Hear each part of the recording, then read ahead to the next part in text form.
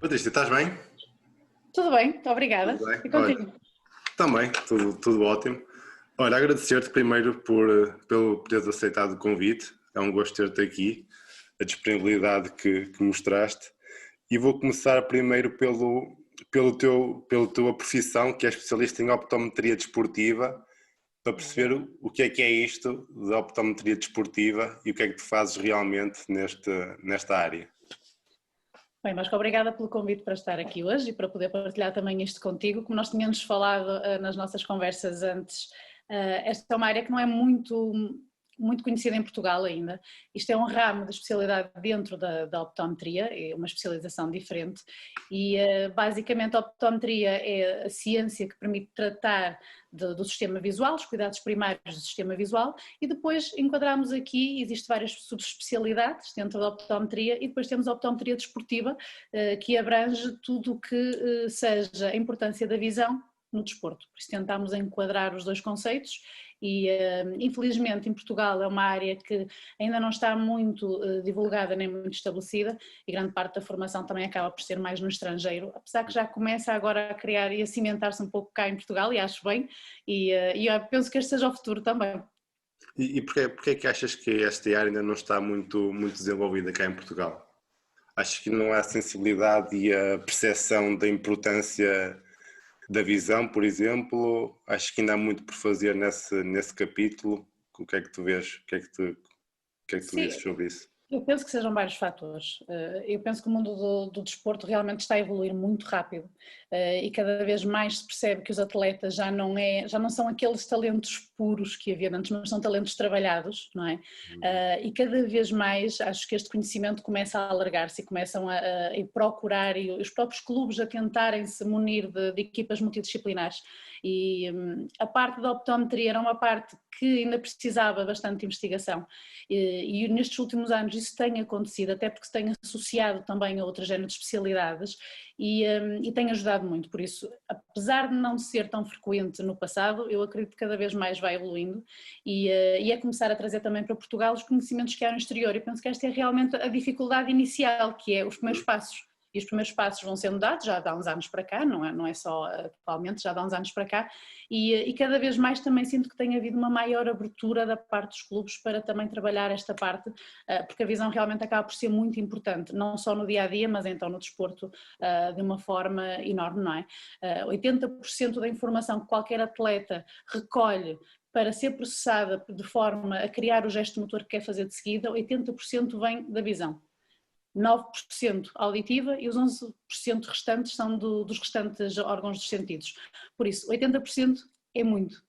E penso que é aqui que nós podemos realmente trabalhar e melhorar e cada vez mais evoluir e trabalhar atletas. Aí está. Exatamente.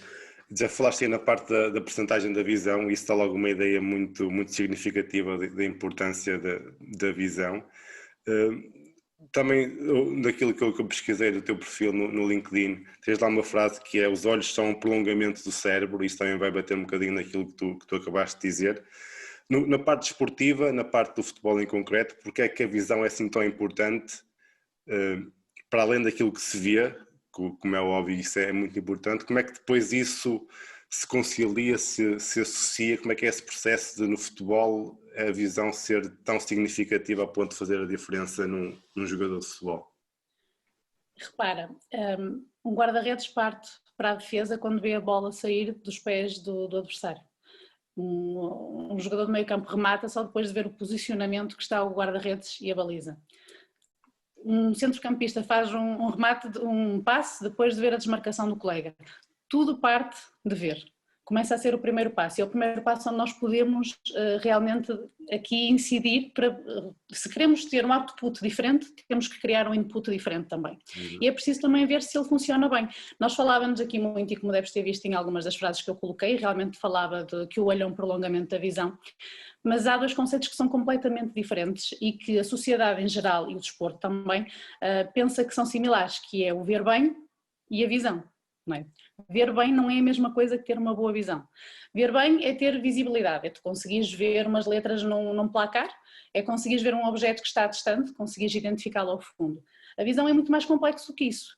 A visão começa no globo ocular, a parte do olho, é um estímulo visual que entra, segue todo o caminho óptico, é processado depois na parte do córtex visual primário, cá atrás, na zona do cérebro. E depois então aí realmente desencadeia-se um gesto motor ou uma resposta àquilo que estamos a ver. E é preciso realmente quebrar esse paradigma, porque há muitas pessoas que veem bem, mas têm uma péssima visão. E então nos desportistas isso nem se fala. Repara, se fizeres uma pesquisa no YouTube, aqueles vídeos dos fails dos guarda-redes principalmente, não é? São inúmeros, em que eles, por exemplo, vão para fazer uma defesa e a bola passa completamente por cima das mãos, ou então vão para recolher a bola e ela passa no meio das mãos, mesmo no campo, jogadores de centro de campo em que vão fazer um domínio de bola e ela passa por debaixo do pé. Eu não tenho dúvidas que se eles forem fazer uma avaliação normal, regular a visão, eles tenham visibilidade, eles consigam ver bem. Agora, a visão deles tem um déficit, tem que ter. Quanto mais não seja um déficit de estereopsia. Estereopsia é a capacidade da visão que nos permite ver a forma e a distância a que estão os objetos. A partir daí permite ao atleta interpretar qual é a velocidade que aquele objeto, neste caso a bola, está a ter. Todos esses fails que nós encontramos nestas situações, que eu falei em concreto, são erros de estereopsia. Eles não conseguiram determinar qual era a velocidade certa para estarem no tempo certo, no local certo, não é? Mas, no entanto, os treinadores também eu penso que eles estão muito aptos para isto e conseguem identificar estes erros de forma contínua também nos treinos e trabalham para isso, para os colmatar, mas depois os erros continuam a surgir, porque no fundo o problema continua lá. É preciso identificar e também, se calhar, criar um pouco esta noção de que é preciso quantificar para a seguir podermos melhorar. E é possível quantificar. O que acontece muitas das vezes é que os treinadores acabam por realmente pedir uma avaliação à visão, mas depois essa avaliação não é enquadrada com aquilo que é um desportista. Por exemplo, tu usas óculos. Certo. E já foste fazer uma consulta, com toda a certeza, optometria ou oftalmologia, algumas já fizeste. O que é que acontece? Entras num consultório e, tal como eu na minha prática clínica, não é? Fazemos aquelas perguntas iniciais, que é a anamnese, vamos tentar perceber qual é o problema, qual é o ponto de partida ou porquê que estamos a fazer aquela avaliação e depois vais-te sentar numa cadeira confortável, pelo menos é esse o objetivo, confortável, e é-te colocado umas letras num painel ao fundo. Esse painel é uma tabela de Snellen, tem umas letras que são caracteres já estipulados para aquela distância em concreto, tens uma boa iluminação, tenta-se pelo menos que os consultórios tenham uma boa insonorização também, para não criar ali fatores distratórios, não é? E eu pergunto, achas que essa avaliação, por exemplo, que tu fizeste se enquadra do que um desportista precisa em campo, em que tu estás no fundo sentado, parado, a ver umas letras que estão lá ao fundo, também lá ao fundo paradas. Quando estamos a falar de desporto, tudo tem movimento. A bola está a movimentar, os colegas estão-se a movimentar, os adversários estão-se a movimentar. Tens ali o árbitro, quanto mais não seja, está-te a distrair.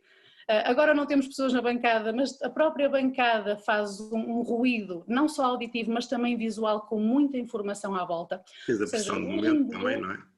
Exatamente, a própria pressão também, porque aqui o fator emocional também é muito importante. Hoje em dia acabamos se calhar por não pedir, e até agora, aos atletas que façam uma avaliação adequada àquilo que é no dia-a-dia. O facto de um atleta, como aqueles casos que eu estava a falar dos fails do YouTube, eu acredito que cada um daqueles jogadores consiga ter uma acuidade visual de 10 décimos, o que corresponde no calão, não é? No vocabulário normal, a equivaler a ter 100% de visão.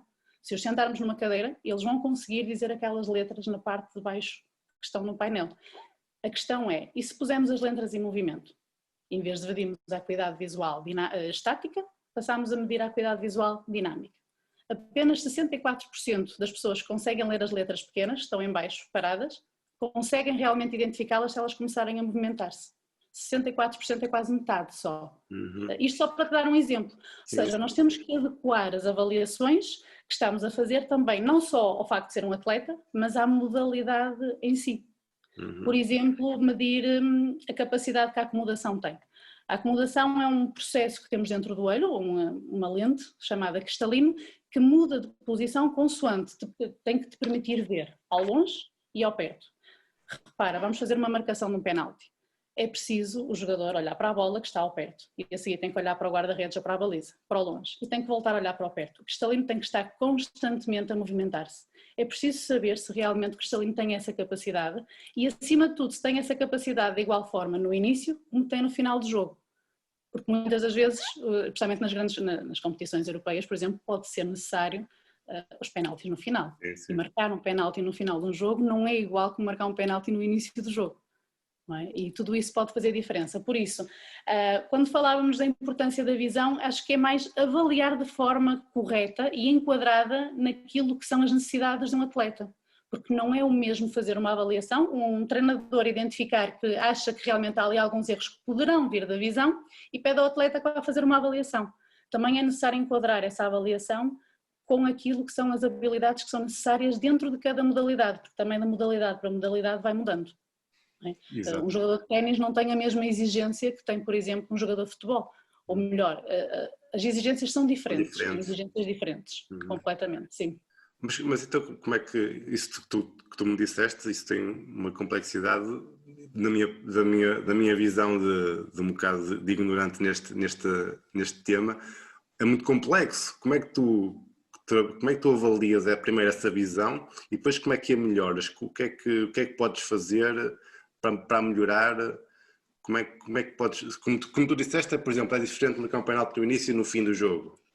Como é que tu trabalhas para o jogador ter uma visão boa no início e no fim do jogo, por exemplo? Como é que é esse processo? Olha, Vasco, o que é que se faz para um atleta conseguir não manifestar uma fadiga, não manifestar cansaço muscular e físico para conseguir aguentar os 90 minutos de um jogo de futebol, por exemplo? É treino. A visão é igual. Os nossos olhos têm muitos músculos que nos permitem ver. É preciso manter essa coerência e essa precisão ao longo de todo um jogo. A identificação, quando estavas a falar, a base da optometria e da oftalmologia permite-nos nos conceitos, nas avaliações, em grande parte são as mesmas. Nós temos que depois enquadrar e adaptar à parte do que é o desporto, porque os exames até são muito similares. Existem depois, na parte da desportiva, outros que poderemos acrescentar e, acima de tudo, são os resultados que têm que ser diferentes. As capacidades que um atleta tem que ter a nível visual são completamente diferentes do que tem uma população geral. Tem que ser completamente diferente, não é? E é esse o pressuposto, da mesma forma que eu não tenho uma capacidade física de que tenha um atleta profissional, nem de alto rendimento, não é? E ele é treinado para isso e nós temos que treinar para isso. De qualquer das formas, os estudos também nos mostram que os atletas têm melhores capacidades físicas, motoras e visuais em relação aos não atletas. Isso, eles normalmente já estão um patamar acima, mas nem sempre acontece. Nem sempre acontece. E depois há estudos que nos mostram que é possível, mesmo que esses patamares já estejam nivelados dentro do que é considerado os valores de atletas, é possível ainda assim com treino melhorarmos até 30%. E 30% é muito. Não só as capacidades visuais, mas também conseguir transferir essas habilidades para campo e conseguir ter um maior rendimento. Mas é basicamente com treino, ou seja, nós identificamos, conseguimos perceber quais são os valores de onde temos que partir, aqueles que nós queremos que eles atingem, e elaboramos um plano por níveis. Primeiro, plano de treino, começamos por melhorar as habilidades visuais. Este é o ponto de partida, perceber se tudo está bem, se não está bem vamos corrigir, se está bem mas deficitário, então vamos trabalhar para melhorar. E começamos por estímulos visuais, em que vamos realmente aquilo que eu te dizia, por exemplo, na acomodação. A acomodação é por músculos, o que faz o cristalino mexer são músculos, então vamos trabalhar os músculos. Da mesma forma que trabalhamos a resistência física de um atleta, nós com estímulos visuais vamos trabalhar a resistência dos músculos oculares, para que ele consiga ter sempre uma constância no jogo, do início ao fim, e consiga ter esse género de habilidade. Por exemplo, a visão binocular, que é conseguir ter os dois olhos fixos e manter a mesma fixação no objeto. Neste caso poderá ser a bola, poderá ser o adversário, mas conseguir que tenha sempre uma constância. Para isso é necessário que cada olho tem 6 músculos extraoculares e eles têm que estar perfeitamente em concordância uns com os outros para conseguir ver bem. Quando alguma das coisas não acontece, por exemplo, o caso do ano passado do Gabriel, ficou muito conhecido, teve uma paralisia, e houve um dos músculos que não estava a funcionar. O que é que acontecia? Ao não funcionar, os olhos não estavam perfeitamente alinhados, ele não tinha uma visão binocular. O cérebro achava que com cada olho estava a ver imagens diferentes, que eram situações diferentes. Então ele via em diplopia, que é ver a dobrar. No caso do Gabriel, o que foi feito foi um plano terapêutico para solucionar um problema que surgiu. Mas também é importante nós começarmos a trabalhar para prevenir que os músculos não apresentem este desgaste. No caso dela foi uma situação idiopática, não sabia bem qual foi o motivo, pelo que eu li, porque o caso como é lógico não foi meu, pelo que eu li foi algo idiopático, mas é possível nós identificarmos que mesmo que não seja um caso tão extravagante como foi no caso do Gabriel, não é? Que foi tão notório, às vezes este alinhamento não é tão perfeito e na maioria das vezes não é tão perfeito. Para a população em geral isto não vai causar grandes problemas porque nós conseguimos colmatar, mas um jogador que necessita de estar constantemente com o sistema visual a funcionar em campo, no final já não tem a mesma velocidade de reconhecimento, o mesmo tempo de reação, não tem a mesma percepção de tudo o meio envolvente como tem no início, porque o cansaço vai começar a notar-se, isso sem dúvida. E estás a falar neste caso do cansaço visual mesmo, é? No Cansaço visual, exatamente, porque muitas não vezes, está... de interromper-te, muitas vezes associa-se o cansaço mental ao cansaço físico, não é? Mas neste caso o cansaço visual é independente deste cansaço físico e mental? É um cansaço muito específico de ver, da visão? Está interligado, no fundo o nosso organismo está todo interligado também, não é? Mas sim, o cansaço visual pode levar a um cansaço físico, um cansaço mental pode levar a um cansaço visual, isto no fundo acaba por ter toda uma interligação. O objetivo é tentar que o atleta não apresente nenhum destes cansaços, nenhuma desta fadiga, que é para conseguir estar numa performance muito mais e melhor, não é? Poder um melhor rendimento possível. Esse sem dúvida é o objetivo. E depois, da parte estávamos a falar por níveis dos treinos, delineamento dos treinos. Passámos da parte visual, quando conseguimos realmente que os valores já estejam estabilizados, que estejam naqueles valores que nós pretendemos, então aí entra a multidisciplinaridade, não é? Começámos a trabalhar com os treinadores, porque eles sem dúvida percebem muito mais neste aspecto do que um atleta e têm uma melhor relação com eles. E aqui sim, nós podemos alterar, por exemplo, algum movimento que tenha sido aprendido de forma errada pelo atleta e que os treinadores aí já identificaram alguma técnica que não esteja a ser corretamente feita, ou então aquilo que mais se pretende, que é automatizar o gesto. Não sei se já leste sobre isso. Pronto, o que é que se pretende? Por exemplo, vamos imaginar, vais almoçar com um amigo teu, estás num restaurante e vais conversando, pedes um bife, vamos imaginar, estás ali a conversar e estás a cortar e vais comendo. Tu consegues estar a conversar completamente com o teu amigo e estás completamente alheio ao ato de que estás a cortar a tua comida e estás a colocá-la na boca. Porquê? Porque isso é um gesto automático, está automatizado. Aprendeste desde pequeno a fazer aquilo, o teu cérebro criou uma aprendizagem disso e então para que tu o faças não precisas de pensar que o estás a fazer. E os teus recursos mentais estão todos aptos para poder estar atento na conversa que estás a ter com o teu amigo, nas pessoas que estão a passar na rua, o carro que fez barulho, algum barulho que aconteceu, consegues ficar muito mais liberto para todo o meio que está envolvente e perceberes aquilo que está a acontecer, porque não estás a pensar naquele gesto em concreto. Não é? E o que se pretende no desporto e o que se tem tentado criar no desporto é isso, é automatizar.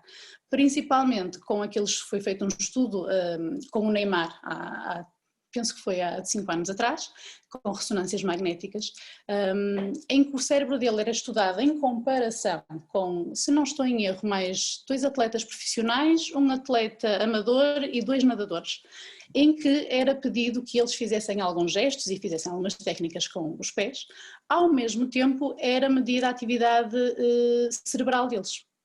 E a diferença era enorme. O dispêndio energético que o Neymar necessitava para realizar qualquer gesto com os pés era praticamente irrisório comparado com os restantes atletas. O que é que significa? Em campo é como se ele estivesse a jogar em piloto automático. Ele não precisava de pensar para fazer um drible, ele faz simplesmente da mesma forma como tu estavas a cortar a comida e a comer. ele nem pensa nisso. Por isso ele consegue ter muito mais liberto qualquer recurso para conseguir perceber a tática que está em jogo, conseguir perceber as movimentações que os colegas estão a fazer, não só ver, perceber e conseguir ter um rendimento muito mais elevado em equipa, porque estamos a falar aqui realmente de um desporto coletivo, não é? E este é o objetivo. E então aqui entramos naquilo que falaste no início, que é a neurociência. Porquê? Porque a neurociência vê o olho como um prolongamento do cérebro. A verdade é que todos os órgãos têm sempre algum tipo de ligação com o cérebro, para que essa informação chegue lá, mas o olho tem uma primazia nesse aspecto, porque tem muitos mais recursos neuronais que vão diretamente à parte cerebral. E o que se descobriu foi que se um treinador, para além do treino convencional, quiser melhorar, vamos imaginar que queremos automatizar um drible, como no caso do Neymar. O que é que podemos fazer? Vamos colocá-lo nessas situações de treino que já por norma se faz no treino convencional, mas juntamos estímulos visuais que já são escolhidos previamente para que sejam processados pelos dois hemisférios cerebrais, pelo esquerdo e pelo direito. Esta informação vai ter que ser trocada por o hemisfério direito e pelo hemisfério esquerdo, o que vai passar pelo tálamo e pelo sistema límbico, que são os sistemas responsáveis por aprender. Claro que isto não vai ser um treino nem 2 nem 3, não é? Mas se for apenas realizado como um treino convencional de desporto, o que vai acontecer é que se cria um padrão motor. Ou seja, o corpo aprendeu a nível muscular percebeu a nível muscular como é que vai fazer aquilo, mas para o aplicar em campo ele vai ter que pensar. Para pensar vai ter que ter recursos neuronais.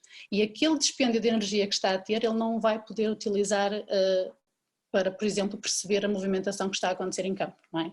Se nós utilizarmos estes estímulos e auxiliarmos com a visão, nós conseguimos automatizar.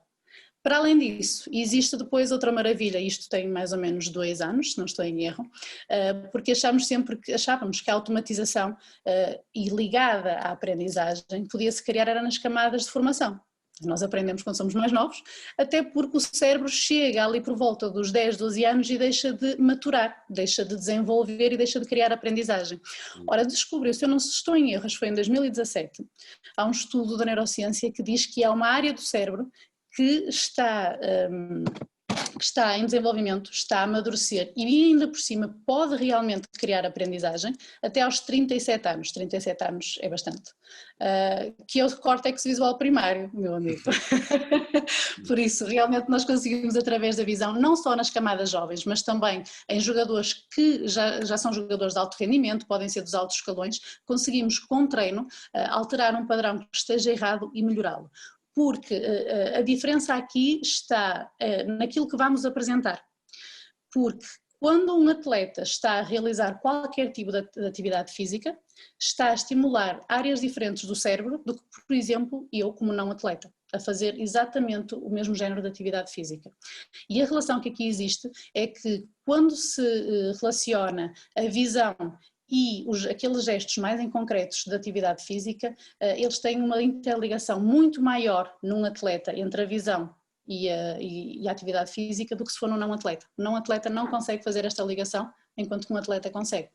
Por isso, nós podemos ter aqui uma grande evolução. Isto é uma área que eu acredito cada vez mais está a ser desenvolvida, os estudos vão aparecendo, mas o facto de a visão ser uma área de entrada e acima de tudo uma área que permite mudar de forma consciente e acima de tudo inconsciente, conseguimos melhorar muito o rendimento dos atletas. Claro que com treino, sempre com treino e associar já ao que são os compartimentos médicos e também os técnicos de qualquer modalidade.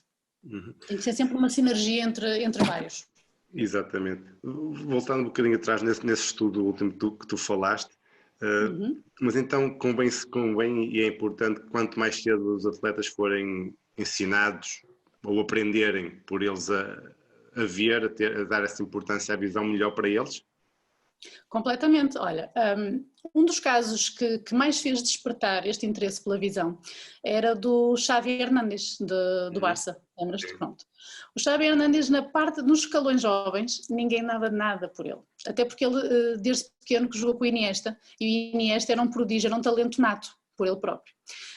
E o Xavi, ele diz isto em muitas entrevistas, que vivia ofuscado, e ele falou até noutro nome, que havia outro colega também que era muito, que depois não chegou ao alto rendimento, mas que tinha realmente um grande potencial. E o Xavi não tinha nem as características técnicas, nem táticas, mas acima de tudo ele falava muito do físico, não é? Porque ele era pequeno e tudo mais, é pequeno, já não joga, mas continua com as mesmas características físicas, pronto. E o Barça, em conjunto também com os pais dele, fizeram um enorme trabalho de treino. O Xavi Hernández é conhecido por ele rodava o pescoço e o olhar, ele fazia varrimentos oculares do início ao fim do jogo. Ele tinha uma capacidade fantástica, era ele não via, ele não olhava só, ele via. Ele conseguia realmente retirar toda a informação que estava à volta dele em jogo. Normalmente um atleta recebe a bola e depois vai decidir aquilo que vai fazer. O Xavi, ele próprio tinha noção disso, ele primeiro decidia o que ia fazer e só depois é que recebia a bola. Ele conseguia colocar-se a um distanciamento equidistante de todos os colegas e também dos adversários. Ele tinha uma capacidade de estar em campo, uma análise tática fora de série. E isto foi trabalhado desde o início. Ele tinha uma visão que era uma supremacia, era algo assim. E foi aquela característica, e ele próprio diz isso em muitas entrevistas, foi essa característica que o levou aonde ele chegou, que foi considerado, até hoje ainda é considerado o melhor centrocampista, não é? Que passou pelo futebol espanhol.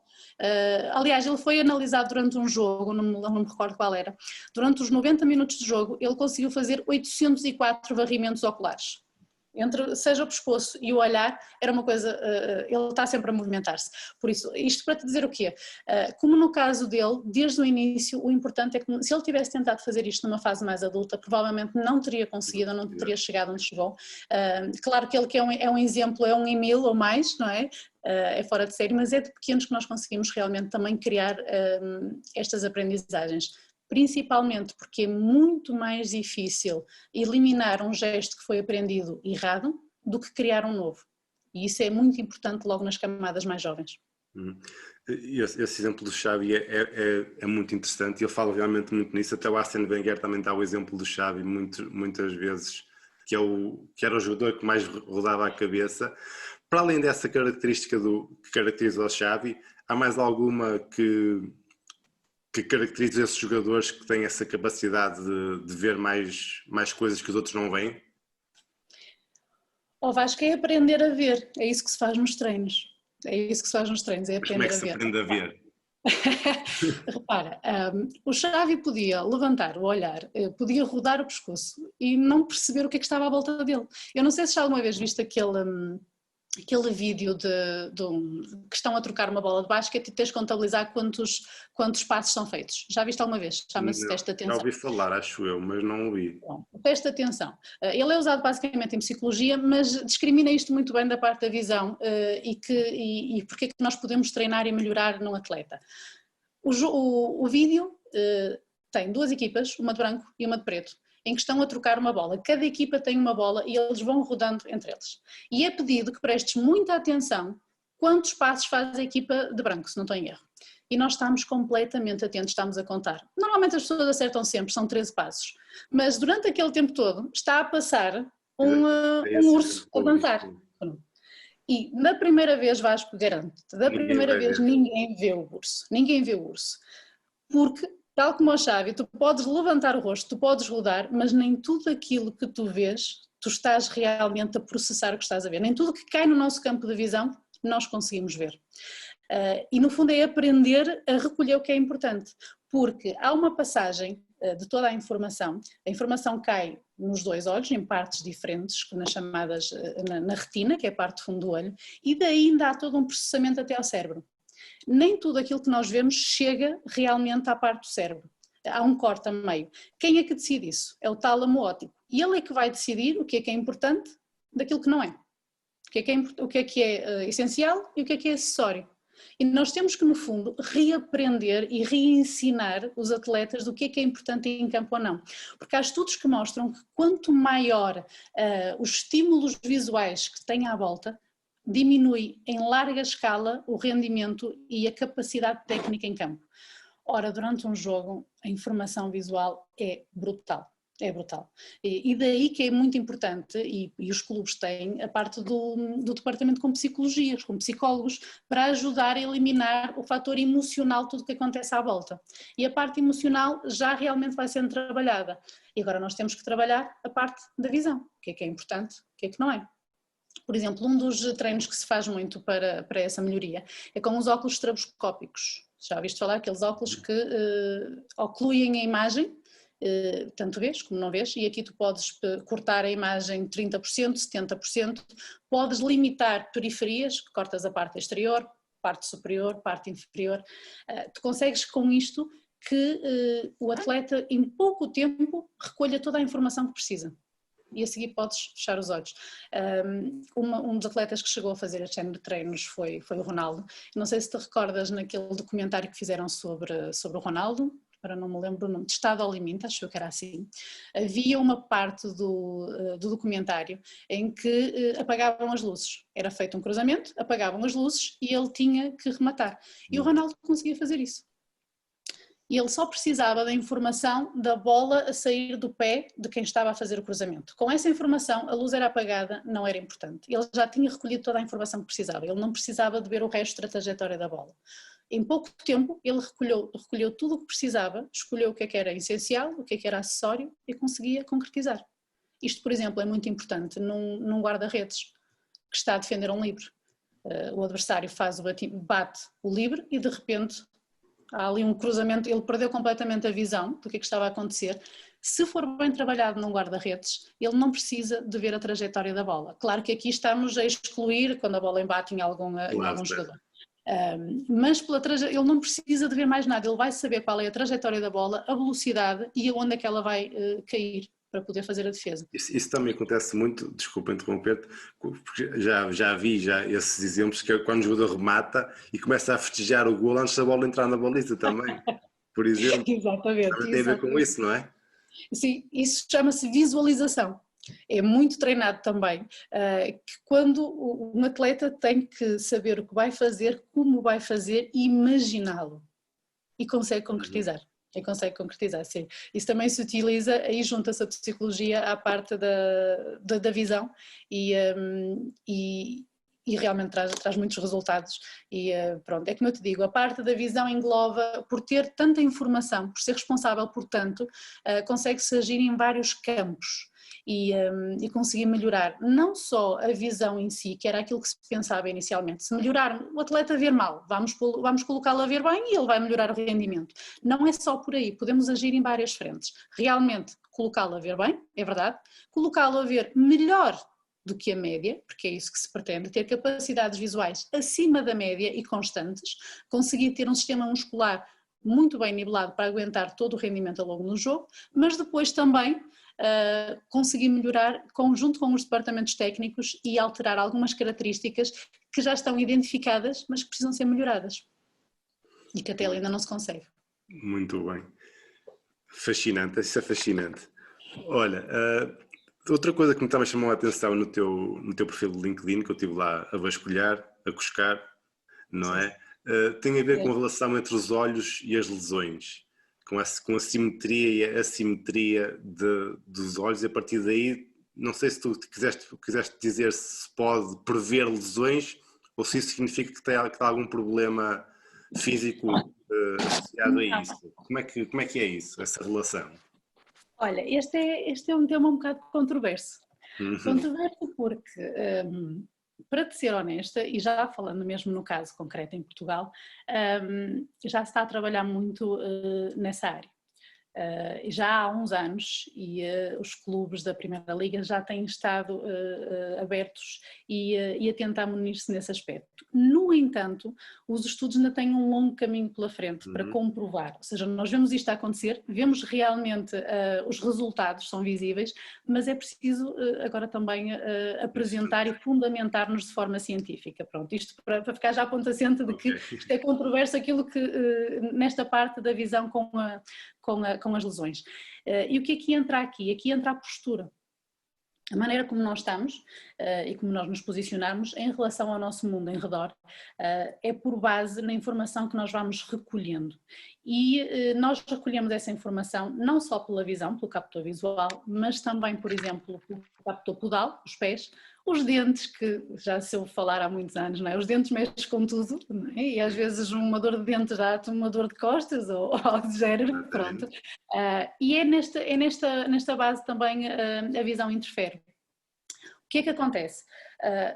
A medicina foi evoluindo de tal forma que para conseguirmos investigar um organismo que é tão complexo como é o corpo humano, nós precisamos de nos subdividir, não é? E abrir ali muitas disciplinas. E acho que a certo ponto se esqueceu que nós não somos uma soma de partes, nós somos um conjunto bem coordenado, de forma que quando há uma alteração em qualquer um dos sistemas, isto automaticamente vai desencadear alterações nos restantes sistemas para conseguir nivelar e conseguir compensar. Por exemplo, vais jogar com os teus amigos, com os teus colegas, num pavilhão, e magoas-te, fazes uma distensão, vamos imaginar, na coxa. No dia a seguir, quando fores andar, vais sentir aquela dor. De forma inconsciente, aquilo que tu vais fazer é que te vais apoiar muito mais na outra perna, para que não sintas a dor daquela. Claro que se fores depois tratar, o organismo volta outra vez a restabelecer e tu consegues voltar em equilíbrio. Agora vamos imaginar, e ligando diretamente com uma visão, temos uma alteração por exemplo, do reto interno do músculo, do reto interno do olho direito. Este músculo, por exemplo, aqui nesta zona do nariz, em que não tem tanta força, não tem tanto músculo, como tem no olho esquerdo. O que é que vai acontecer? Para ver ao perto, existe uma alteração, apercebemos que para conseguir acompanhar o movimento até à cana do nariz, este olho não vai acompanhar tão bem como aquele. Nós, em consultório, estamos aptos a conseguir determinar isso. No entanto, nós temos valores que são considerados um rango de normalidade.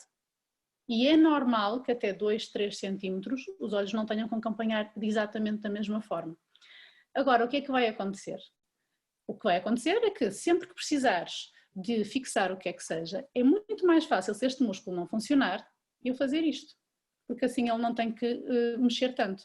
Só que para isso eu vou estar a comprimir e a aumentar muito mais a tonicidade desta musculatura cervical do que deste lado. Para eu não ter dor, o que o meu organismo vai fazer vai ser adaptar as omoplatas e vamos fazer aqui uma rotação de ombros.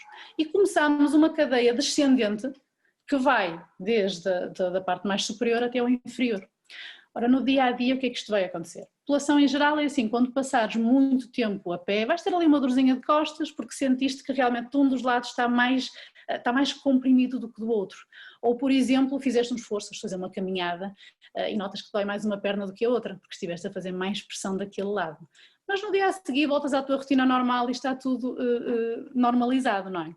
E quando falamos de atletas de alto rendimento, em que todo o dia basicamente têm um esforço físico exacerbado, os músculos vão ressentir, porque vai haver uma alteração de tónus da musculatura de uns membros para os outros.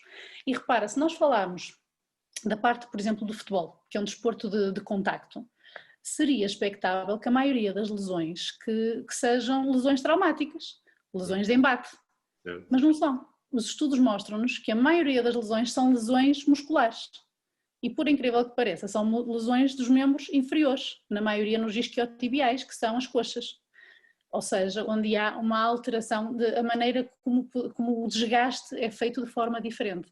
Mas é como eu te digo, isto são tudo ainda conceitos que ainda estão a ser estudados, em que acredito que com o tempo estão a começar a surgir e a ser feito o levantamento. Já se vai aplicando de qualquer das formas, e não estou a dizer que as lesões são todas provocadas pelos olhos, claro que não, mas com uma correlação entre todos os organismos fazendo parte do departamento médico de qualquer clube. Analisar em sinergia dentista, podologista, visão, fisiatra. Tem que haver todo um conjunto e depois também com a parte emocional. No fundo, o que eu falava quando coloquei aquele post que acho que era aquilo que estavas a falar, era que existem lesões que podem ser prevenidas se for identificado alguns fatores que, por norma, passam nas avaliações normais, porque para a população em geral estão dentro do que é considerado características normais, no entanto, para um atleta pode não ser, porque realmente o esforço físico é completamente diferente do que é na maioria das pessoas. Uhum. Foi isso, faz todo sentido, não sei como é que vai ser as investigações nesse campo, mas para mim faz todo Vão sentido. aparecendo. Vão aparecendo, mas é como em tudo, estamos a falar de medicina, temos que esperar e aguardar sempre por isso. Naqueles casos mais críticos, claro que vamos atuando e nota-se realmente diferenças, e no fundo é fazer uma interdisciplinaridade, não é? De passar entre uma área e outra e haver uma grande sinergia entre vários especialistas. Claro, claramente. Outra coisa que também falámos que íamos abordar aqui era os smartphones, os telemóveis e como é que isso influencia a visão dos jogadores. Nós vivemos. Fizeste o trabalho de casa. Devo dizer que isto também é um bocado novo para mim, tive que andar aí a vasculhar. Isso é importante porque vivemos numa altura em que o analógico e a tecnologia está cada vez mais vinculado à sociedade, não é? E ao futebol também.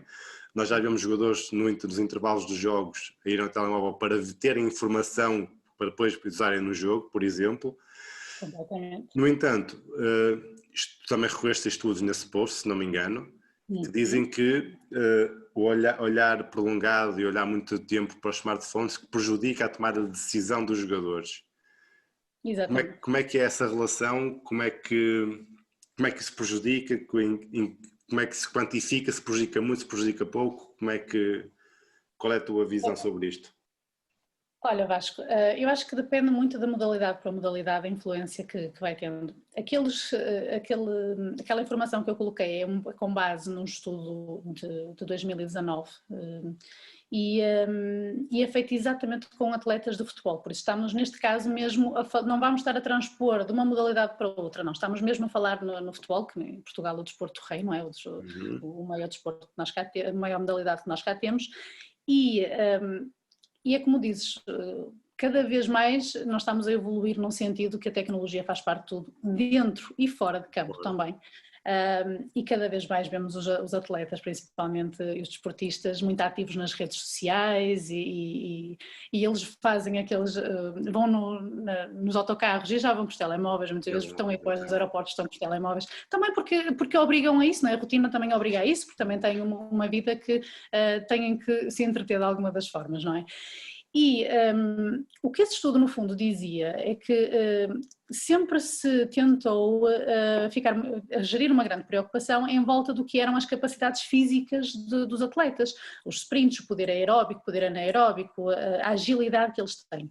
No entanto, também já tem cada vez mais sido preocupação as capacidades cognitivas, porque também é importante haver uma percepção do jogo, uma percepção tática do que está a acontecer. Não adianta fazer, como se costumava dizer de alguns jogadores, brincar na areia, anda ali, não é? Mas depois não percebe a tática da equipa, no fundo são desportos coletivos e é importante.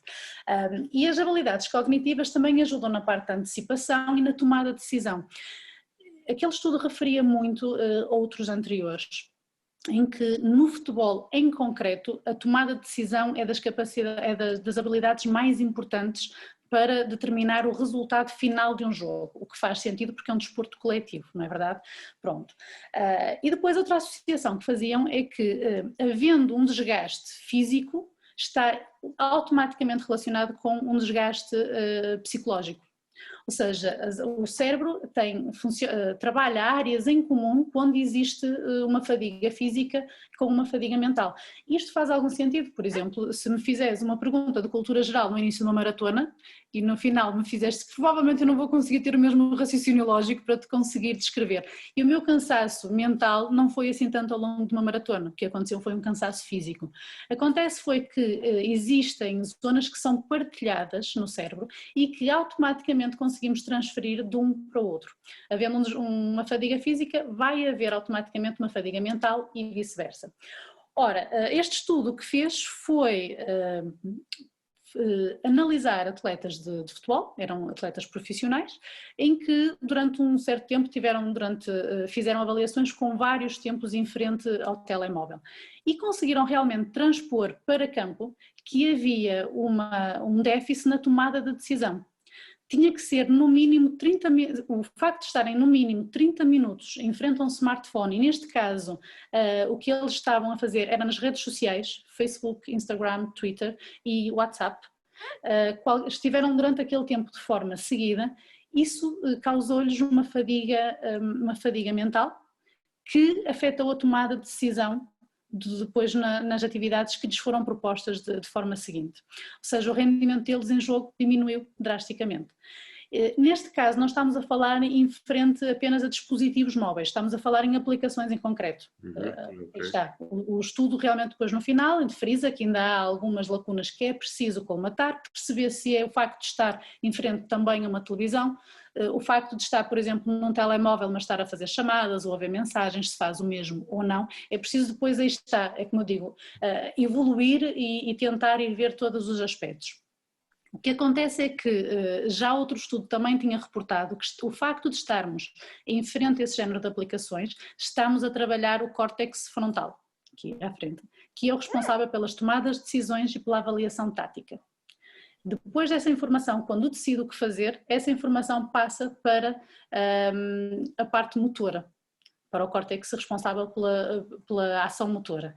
Se o córtex frontal estiver cansado, vai haver uma fadiga e não faz a passagem correta para a parte motora. E realmente isto torna-se importante e foi por isso que eu partilhei, apesar de não estar propriamente relacionado com a visão, porque cada vez mais se vê os atletas, como bem disseste, com os telemóveis, ainda antes dos jogos, e isso realmente pode causar uma alteração. Agora, também existe aqui a parte da visão que podemos utilizar, sim, mas é de um aspecto secundário, que é o quê? Para a fadiga física, e já existem os treinos que se vão fazendo, não é? Agora, cada vez mais começa a haver um interesse pelo treino cognitivo também. Se nós conseguimos, com o treino físico, prevenir que a fadiga física não seja tão alta, também podemos, com treinos cognitivos, fazer com que a fadiga mental também não aconteça até aos 90, até ao final dos 90 minutos de jogo, né? Se não for mais, pronto. E nesse aspecto já tem havido softwares e instrumentos que utilizam, aí está, a visão, e utilizam a visão única e simplesmente porque aí está, é a porta de entrada, não é? Por onde podemos utilizar. Softwares que o que fazem é treino cognitivo para que não haja uma fadiga mental tão grande. E este sim, eu posso-te dizer que já há alguns softwares que têm muitos estudos a comprovar a eficácia, inclusive no futebol e noutras modalidades. Na maioria são softwares americanos, apesar que já têm sido noutros países transpostos para Portugal e para a Europa. E o que é que fazem esses softwares em concreto? Que tipo de... Olha, vou-te falar de um em concreto com quem estou mais familiarizada, que é o NeuroTracker. O NeuroTracker o que faz podes ter uma ou várias telas com imagens 3D em que te são apresentadas numa forma inicial, porque aí está, vamos sempre por níveis, como é lógico, não é de treino, tens numa forma inicial, se não estou em erro, 7 bolas, 7 ou 8 bolas, semelhantes a bolas de ténis, amarelas, e inicialmente 5 dessas bolas ficam vermelhas com um número, 1, 2, 3, 4, 5.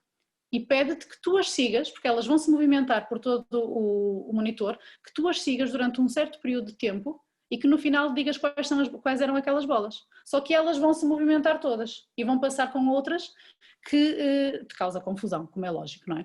Aquilo treina cognitivamente. O que é que vai acontecer? Com o decorrer, os atletas são pedidos que façam isso numa passadeira, que façam isso enquanto, por exemplo, driblam a bola de basquete, enquanto fazem passes têm que conseguir perceber as bolas, só inicialmente é que as bolas ficam vermelhas para tu saberes quais são, porque depois elas voltam a ficar todas iguais, elas são todas iguais, digo-te que é extremamente difícil fazer. Tem a ver com a concentração então, não é? Sim, tem a ver com concentração. A diferença para...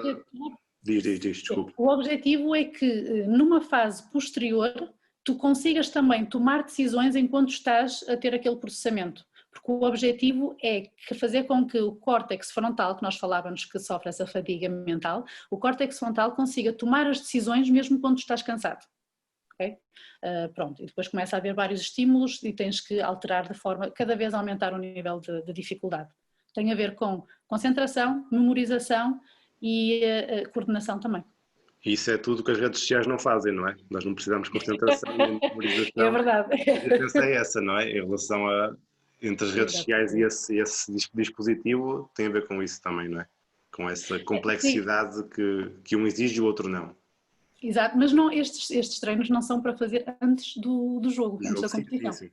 São para fazer treinos preferencialmente de forma diária, aí está, são treinos específicos juntos com os treinos técnicos que qualquer clube pode ter. E depois sim, o que vai acontecer é que mesmo que um atleta esteja no telemóvel, porque vai estar, nós não vamos conseguir limitá-los, como é lógico, não é? Nem queremos, o que vai acontecer é que mesmo que ele tenha uma fadiga mental, essa fadiga não vai interferir com o resto, não vai interferir com a tomada de decisão, nem com a análise tática. E aí está a conseguir ser como ao Xavi, quando olhar, conseguir ver. Ou seja, os smartphones podem ser um mal, mas é um mal que pode ser corrigido, digamos assim, não é? Sim, podemos Atenuado. conseguir, exatamente, atenuado. Ou seja, no fundo nós podemos treinar não só a parte física de qualquer atleta, mas também a parte cognitiva e aqui entra a visão. Exatamente. E a neurociência, como eu te falava, isto às vezes eu espero não ter sido muito complexa. Não, para mim foi ótimo, acho que também está perfeito. Porque isto por vezes torna-se difícil trazer alguns conceitos e alguns termos que são de optometria, são de medicina, são de neurociência e tentá-los transparecer de forma mais transparente e mais clara. Porque honestamente quando iniciei nesta área eu achei que havia pouca informação. Claro que havia a parte dos cursos que íamos aprendendo, mas achei que havia pouca informação, se calhar evidência científica, e cheguei à conclusão que existe muita já, Vasco. Agora o que é que acontece? Não existia, era uma troca de informação, são coisas diferentes. E daí ir buscar a neurociência e daí ir buscar o próprio desporto já tem feito muitos estudos científicos baseados na visão, só que depois esses estudos não chegam à parte da visão em si, aos especialistas da visão em si, não sei se me estou a fazer entender. Sim, Pronto, sim. e no fundo é esta sinergia que tem que ser criada e que podemos atuar em vários campos, em várias áreas e felizmente estamos a mudar mentalidades.